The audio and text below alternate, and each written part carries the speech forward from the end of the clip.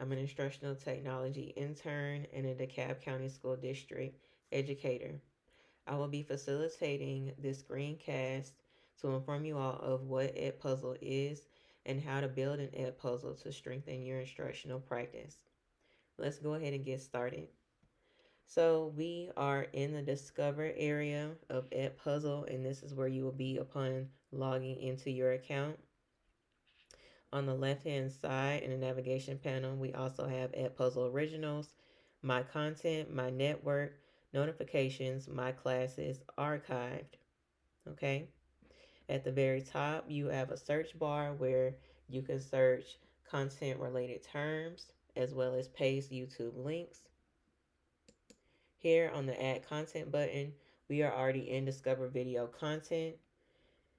You also have the option to upload videos, record videos, create a playlist, as well as facilitate student project making. All right, so within Discover, you have a community, and this is where videos will populate based upon what information you put in when you create your account. So I teach science, and that's exactly what's populating here, certain things pertaining to science. All right, I can narrow or modify my search by going to the subjects here, and there are quite a few, modifying the grade levels, searching for modules or within modules, looking for other countries of origin. So United States of America is going to be at the top because that is where I reside, as well as the source. So did the teacher upload the video or was the video pulled and used from YouTube? Up next, we have Edpuzzle Originals. So this is pretty much like a hub for Edpuzzle based products. So digital citizenship, this is the first one that stood out to me. This is a module on digital citizenship for middle school students, and they are broken down by standard. So if I'm selecting a video, I would simply look at how long the video is, of course. How many questions is also going to be important. So how well is the content being covered within the video, as well as the language is going to be English, and then 6th through 12th grade is going to be the audience. All right. So keep in mind that Edpuzzle is a video based content tool. So essentially you're going to be pulling videos to insert questions and or notes, or you can already use pre-made Edpuzzle videos from other educators. If we look at my content, we already have a video here that I used for my students a few weeks ago when they had asynchronous work to complete. We also have folders here if I were to have several videos and I wanted to organize them. This would also populate the videos that I have here, any playlists that I have created, as well as the projects. So student projects would be able to pop up here.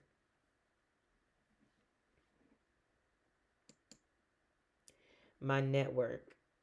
So this is where that collaborative piece comes in among educators. So as you can see here, all these teachers are within my professional learning community. And I know that because the school name pops up under everyone.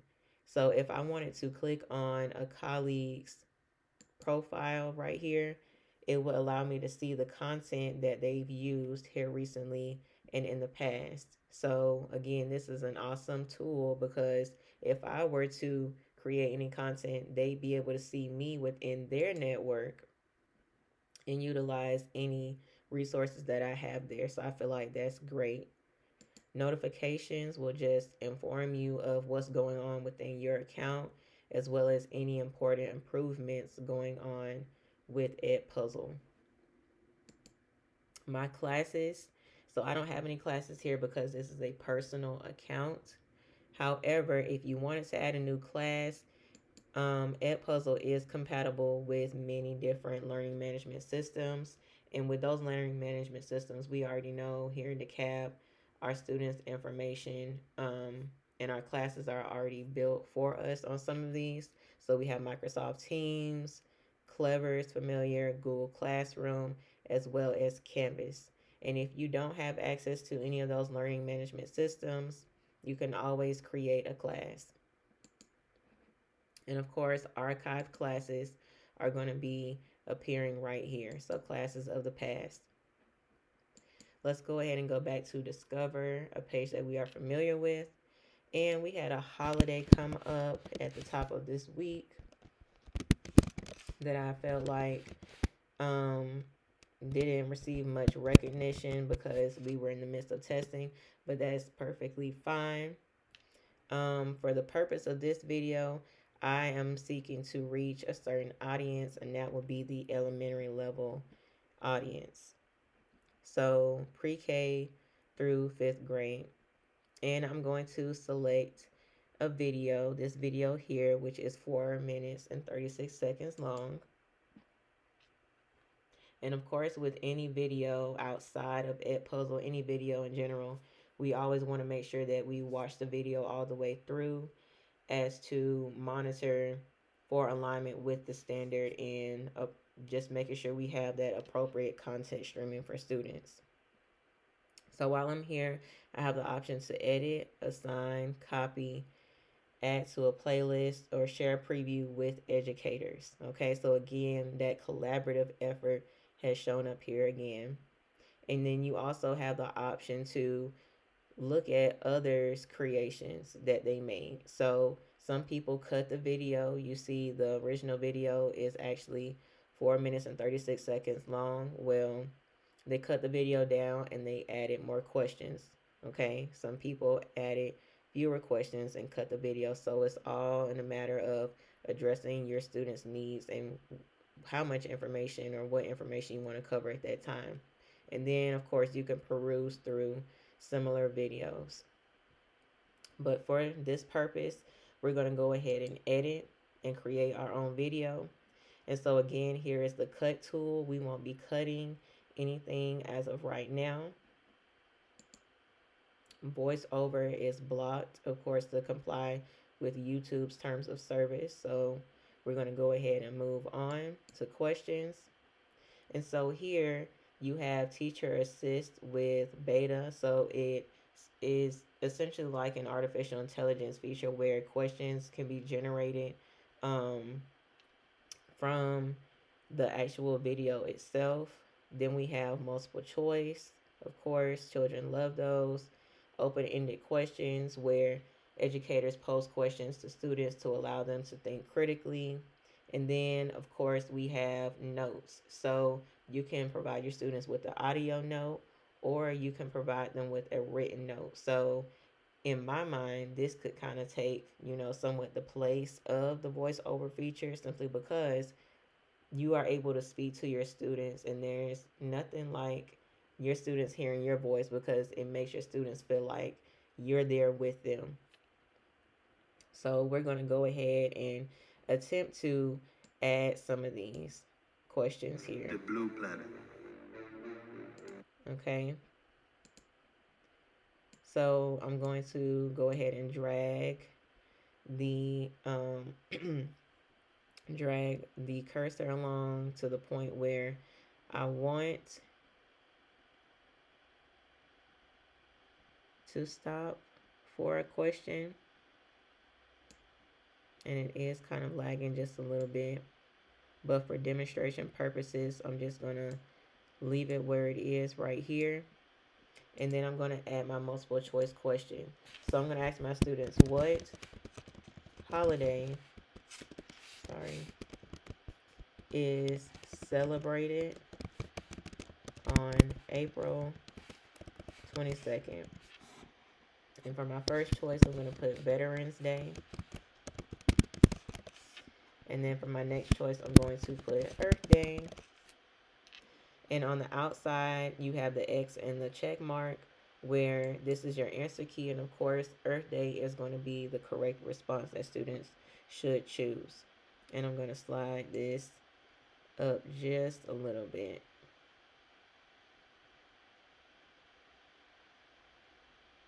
Okay. just so that we're on the timing. And I'm going to go ahead and click save. All right. And then we're going to continue. Do you know? We're going to continue, and I'm going to go ahead and grab the slider again. And at this point, I want to have it a good distance away from my last question because my students, I want them to be able to watch and enjoy the video without it having so many questions in between, and that way they can actually understand what's going on. And so I'm going to leave it right here, and then I'm going to provide an open-ended question. And I'm going to ask them, how can we help our planet with our actions each day? And then I'm going to toggle on for allow audio responses because I want my students to become familiar with providing a response in a different mode other than writing, in which writing is fine, but I want them to have that, have that option. I'm going to go ahead and click save. And so after we've done that, you can see our questions have been timestamped, the type of questions that we have, as well as the total question itself, or the complete question itself. So we're going to go ahead and click finish. Okay. And then now that I've clicked finish, I can assign it, I can edit it some more, I can share a preview with other teachers, I can decide whether I want to be public or private, and I can also duplicate it or make a copy, move it to a folder, add it to a playlist, or delete it and start over again. And so what I like about this is it provides me with multiple opportunities to be able to edit the video before I deliver the content to my students. And so again, we're brought back to the cut feature. Again, we can also see where the questions are here. We have 2 questions. We see the type of question. We see what the question is. So I'm going to go ahead and click finish just because I'm a worrywart and I don't want my things to disappear. And now we're going to go back to discover. So imagine you just built the video the day before and now you have class and you want to provide the video to your students, or you want to show the video to your students. You're going to go to my content, and then of course your video is going to appear here, and it's at total length at 4 minutes and 36 seconds, and you have 2 questions in here. All right, so that's good. You're good to go. Now we're going to address add content in the student project. So students are going to be able to either find YouTube videos over here, or either they can upload a video. You can toggle one off or leave both there, but one must be checked, of course, for the student to be able to interact with what you would like for them to do. And of course, you would provide them with the subject, define or state the goal of the project, and then provide them with instructions. So how many questions do you want their videos to have? What type of questions do you want the students to have? Or, what formatting would you like the questions to be? And so that wraps up this Edpuzzle screencast. I hope that you all learned plenty, and thank you for your time.